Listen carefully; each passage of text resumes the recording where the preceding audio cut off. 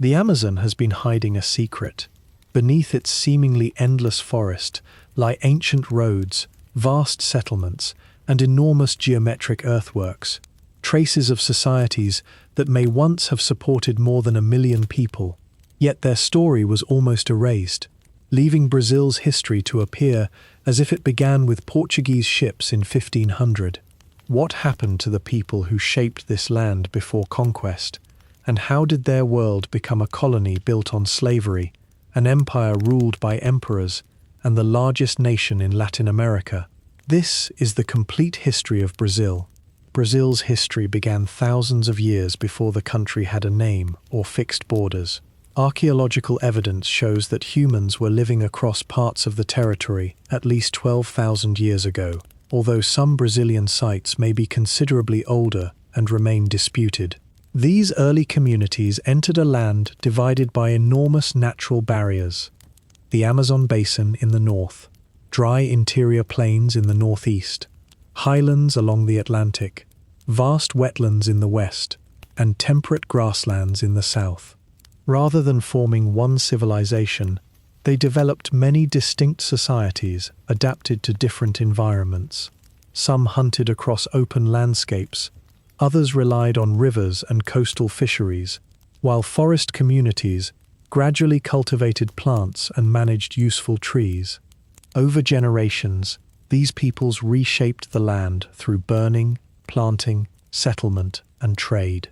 The apparent wilderness encountered centuries later was therefore already a human landscape, and nowhere was this transformation more extensive or more misunderstood than in the Amazon.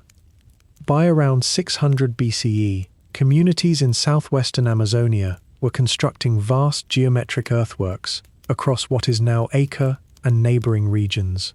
These circles, squares, and multilateral enclosures were cut into the ground, with ditches sometimes several meters deep and linked in places by straight roads.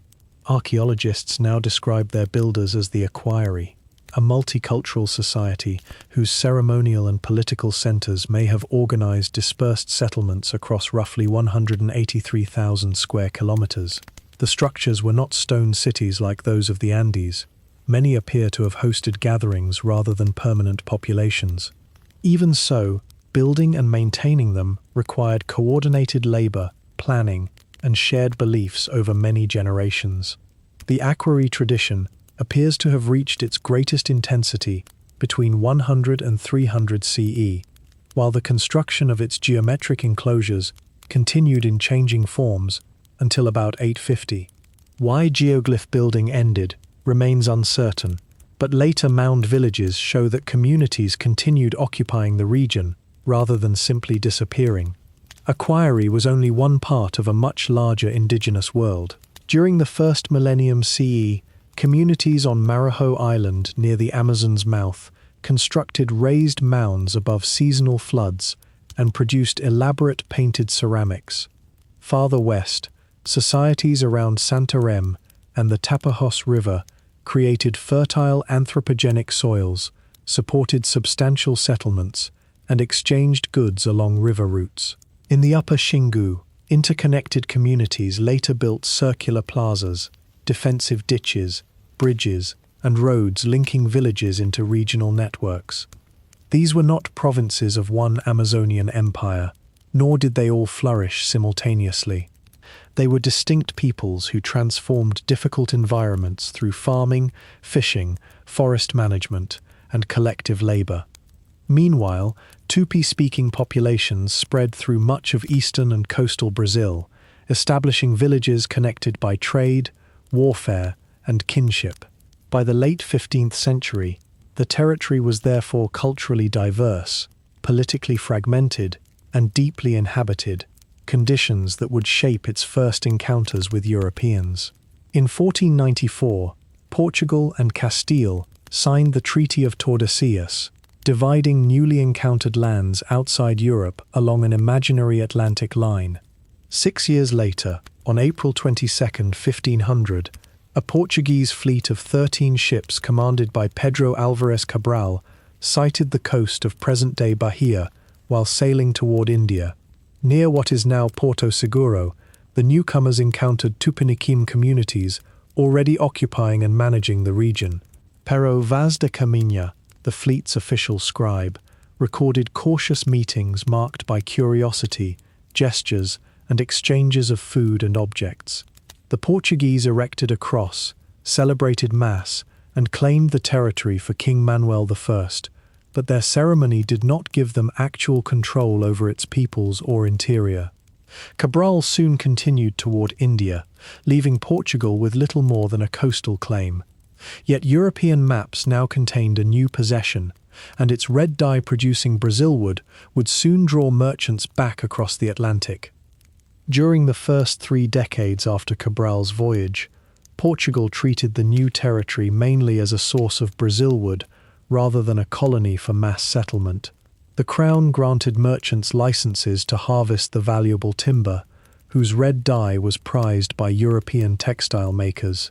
Portuguese crews built small coastal trading posts and depended heavily on indigenous communities to locate, cut, and transport the enormous logs, usually exchanging metal tools, cloth, and other goods for their labor. These alliances, however, also drew indigenous groups into growing rivalries and exposed coastal populations to European diseases. French merchants soon entered the trade without Portuguese permission and formed partnerships with communities hostile to Portugal's allies. Because Lisbon lacked permanent settlements and could not effectively patrol such a vast coastline, its legal claim remained dangerously weak. By the 1530s, foreign competition and the need to secure the land pushed Portugal towards systematic colonization, transforming a commercial frontier into a colonial project.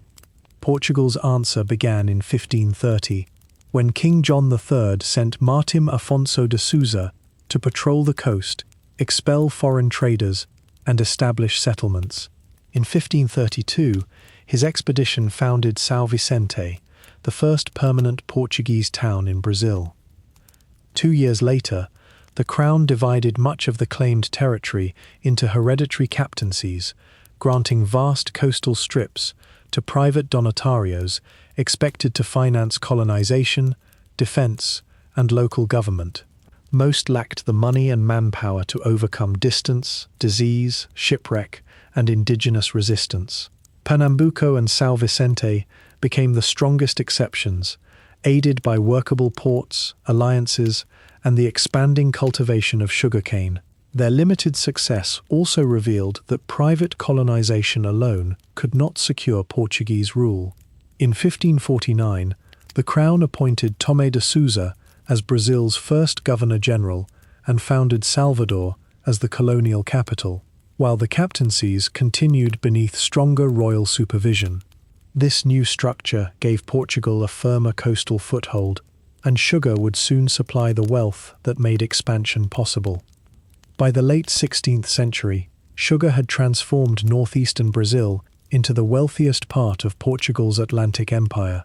Along the humid coast of Pernambuco and Bahia, landowners established large estates centered on engenhos, complexes that combined cane fields, crushing mills, boiling houses, workshops, and residences.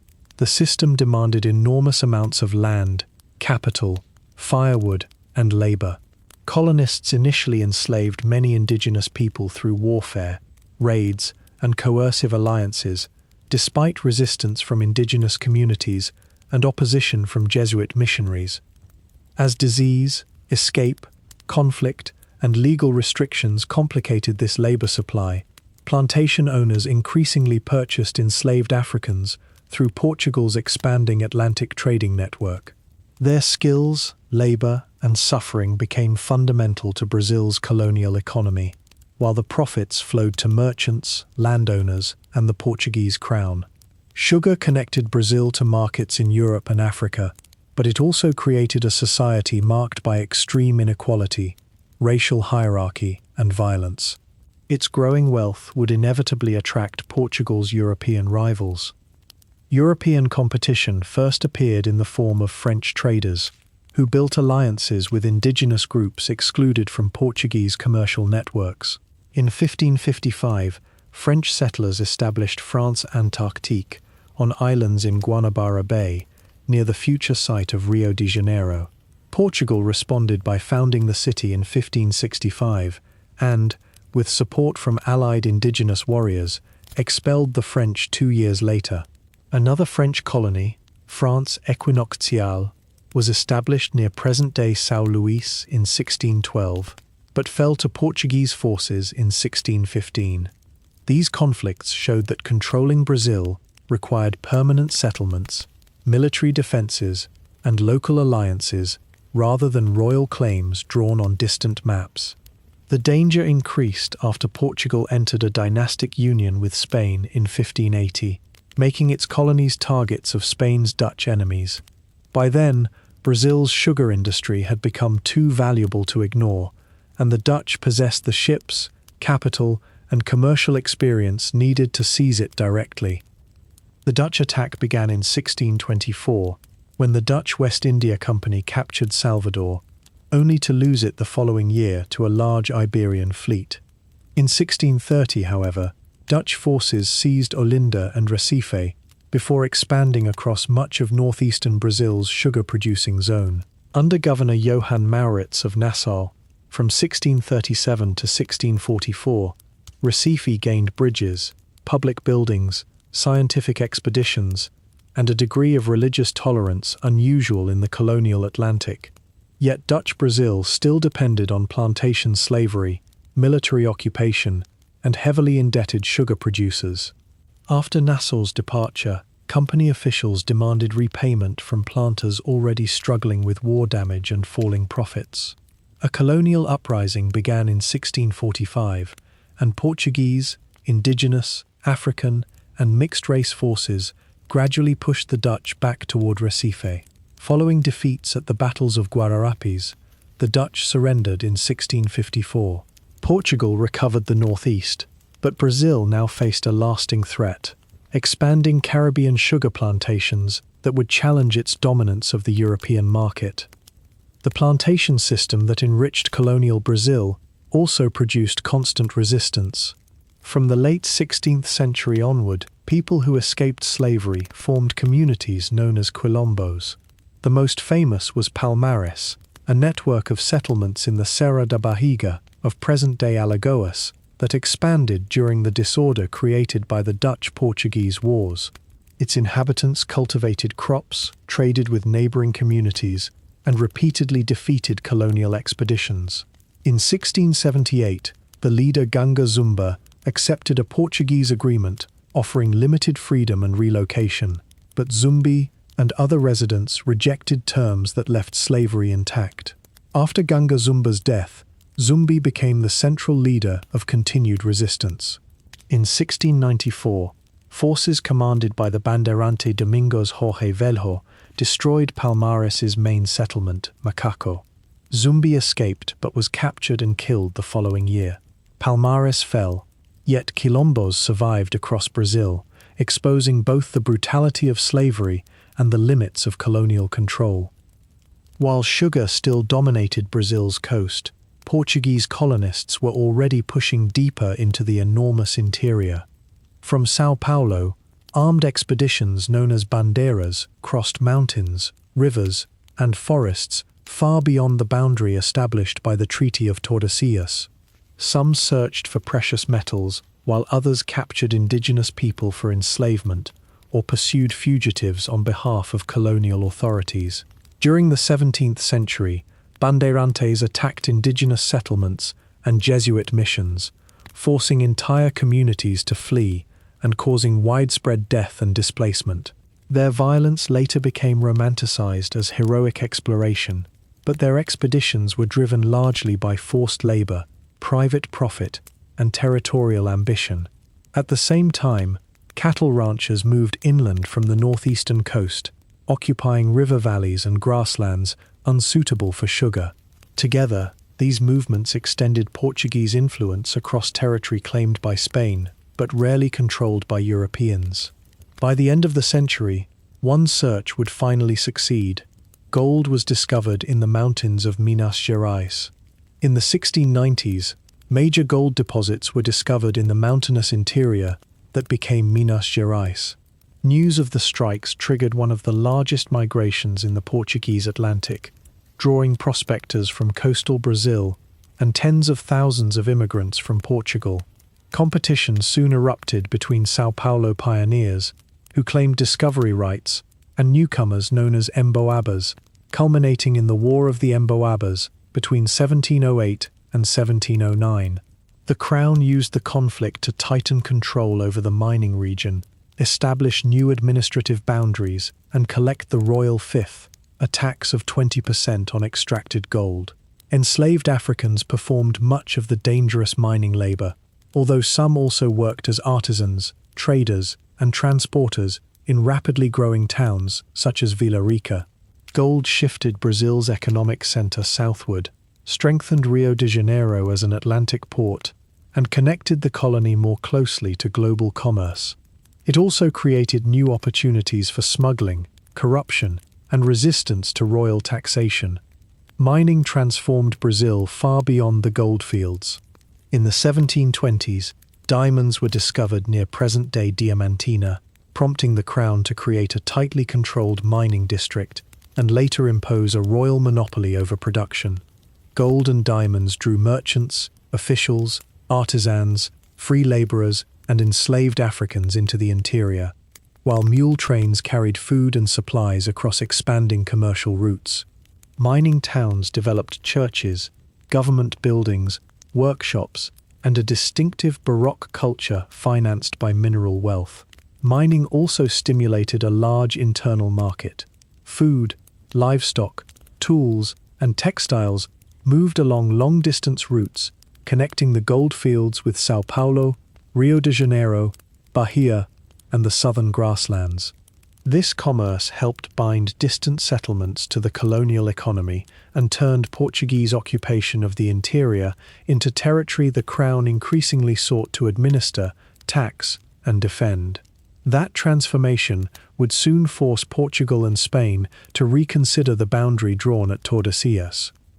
Even before Rio de Janeiro became the colonial capital, Portugal was attempting to convert its inland expansion into recognized borders. The Treaty of Madrid, signed by Spain and Portugal in 1750, replaced the impractical boundary created by the Treaty of Tordesillas, with the principle that each crown should retain territories it actually occupied. Negotiated partly through the work of Brazilian-born diplomat Alexandre de Gusmão, the agreement recognized much of Portugal's advance across South America. In exchange for Colonia del Sacramento, Portugal was to receive Spain's 7 missions east of the Uruguay River. The Guarani communities living there under Jesuit missions were ordered to move west, abandoning their towns, fields, and churches. Many resisted, and combined Spanish and Portuguese armies defeated them in the Guarani War of 1754 to 1756. Although the treaty was annulled in 1761 and later agreements revised its details, its territorial logic helped establish the broad outline from which Brazil's immense modern boundaries would emerge. The southward movement of population and trade elevated Rio de Janeiro, whose port connected the mining districts to Atlantic markets. In 1763, the colonial capital was transferred from Salvador to Rio. By then, however, gold production was declining while royal taxes remained heavy, creating growing resentment among parts of the colonial elite. In 1789, officials uncovered the Inconfidencia Mineira, a conspiracy influenced by Enlightenment ideas and the American Revolution. Its participants discussed establishing an independent republic, but the plot was betrayed before any rebellion began. Most conspirators received imprisonment or exile, while Joaquim José da Silva Xavier, known as Tiradentes, was executed in 1792. A more socially radical conspiracy emerged in Bahia in 1798. Organized partly by soldiers, artisans, and free people of color, the Conjuração Baiana demanded a republic, racial equality, improved economic conditions, and an end to slavery. Neither movement succeeded, but both exposed deepening fractures in Portuguese colonial rule. In late 1807, British warships escorted the Portuguese royal family and thousands of courtiers from Lisbon as Napoleon's forces invaded Portugal. The court reached Brazil in 1808 and established its government in Rio de Janeiro. For the first time, a European monarchy ruled its empire from an American colony. João opened Brazilian ports to friendly nations, ending Portugal's commercial monopoly, and created institutions previously forbidden or absent in the colony, including a royal bank, printing press, military academies, and higher courts. In 1815, Brazil was elevated into the United Kingdom of Portugal, Brazil and the Algarves, formally ending its colonial status. Yet royal spending, taxation, and political privilege produced resentment, contributing to the Republican Pernambuco Revolt of 1817. When Portugal's liberal revolution demanded the king's return and the restoration of metropolitan control, João sailed back in 1821, but left his son Pedro as regent. Brazil now possessed institutions, international trade, and a political centre of its own, and resisted becoming a colony again. Portugal's Cortes ordered Pedro to return to Lisbon and attempted to place Brazil's provinces directly under Portuguese authority. Brazilian landowners, merchants, and officials feared that these measures would dismantle the institutions created after 1808. On January 9, 1822, Pedro announced that he would remain in Brazil, an event remembered as the Dia do Fico. Guided by statesman José Bonifácio de Andrada, he gradually formed a separate government. On September 7, near the Ipiranga River in São Paulo, Pedro declared Brazil's independence and was crowned Emperor Pedro I that December. Independence, however, was not secured by one dramatic proclamation. Portuguese forces resisted in Bahia, Maranhão, Pará, and Cisplatina until 1823 and 1824. Portugal finally recognized Brazil in 1825 after British mediation and the payment of financial compensation. Brazil emerged territorially united under a constitutional monarchy, but the plantation elite remained powerful, and slavery continued, creating tensions that would soon destabilize the new empire. Pedro I's early reign revealed how fragile the new empire remained. In 1823, he dissolved a constituent assembly after clashing with delegates over the limits of imperial authority.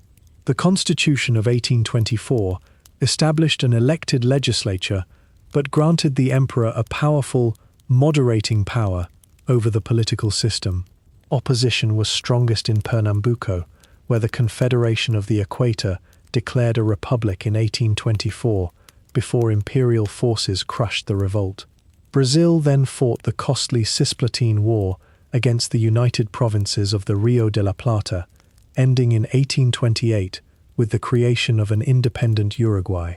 Military failure, financial strain, and Pedro's involvement in Portugal's succession crisis further weakened his support. As street violence and political confrontation intensified in Rio de Janeiro, the emperor abdicated on April 7, 1831, in favor of his 5-year-old son. Brazil had preserved its monarchy, but it now entered a dangerous regency without an adult ruler. Because Pedro II was still a child, Brazil was governed by regents from 1831 to 1840. The Additional Act of 1834 granted greater authority to provincial assemblies, but decentralization failed to calm a country divided by regional inequality, racial hierarchy, and disputes over political power. In Pará, the Cabanagem became a devastating popular uprising that briefly seized Belém and left tens of thousands dead. Bahia witnessed both the Sabinada and the Malay Revolt, the latter organized mainly by enslaved and free African Muslims. The Balaiada spread across Maranhão, while southern ranchers launched the Farroupilha Revolution and declared the breakaway Rio Grandense Republic. Seeking a symbol capable of restoring order, liberal politicians persuaded the General Assembly to declare 14-year-old Pedro II legally of age on July 23, 1840. ending the regency and beginning his effective personal rule. His formal coronation followed on July 18, 1841. The young emperor would help stabilize the empire without resolving its deepest contradictions. Under Pedro II, Brazil entered a period of greater political stability and economic expansion. The emperor governed through the Constitution of 1824, alternating between liberal and conservative cabinets, while provincial elites gained influence within the imperial system. Coffee replaced sugar as Brazil's leading export, first spreading through the Paraíba Valley and later into the more productive lands of São Paulo. Railways, banks, and improved ports developed around the trade, but prosperity still depended heavily on enslaved labor. Under sustained British pressure, the Eusebio de Queiroz law ended the transatlantic slave trade in 1850. Although illegal arrivals did not disappear immediately, plantation owners responded by purchasing enslaved workers from other Brazilian regions, expanding a brutal internal trade. That same year, the land law made most public land available only through purchase, limiting access for poor farmers and future freed people. The empire appeared increasingly prosperous, but slavery and elite control remained at the foundation of its stability. Brazil's greatest foreign conflict began in 1864 amid struggles over power, borders, and navigation in the Rio de la Plata region. After Brazil intervened in Uruguay, Paraguayan President Francisco Solano Lopez seized a Brazilian vessel, invaded Mato Grosso, and later sent troops through Argentine territory. Brazil, Argentina, and Uruguay formed the Triple Alliance and fought Paraguay until 1870.